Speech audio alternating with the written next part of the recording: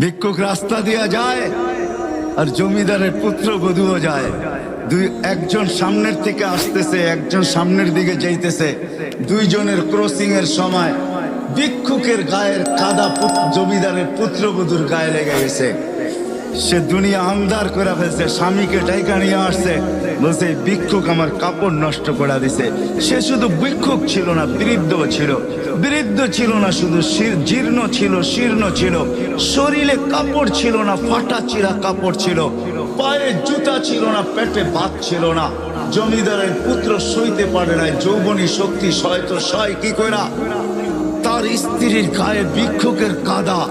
বস সমগ্র শক্তিকে হাতে জমা করা একত্র করা বৃদ্ধের গালে বসায়। বৃদ্ধ কিচ্ছু বলে নাই, শুধু উপরের দিকে তাকায় দুই তিনটা শব্দ উচ্চারণ করছেন। শব্দগুলা হলো ইয়া আল্লাহ।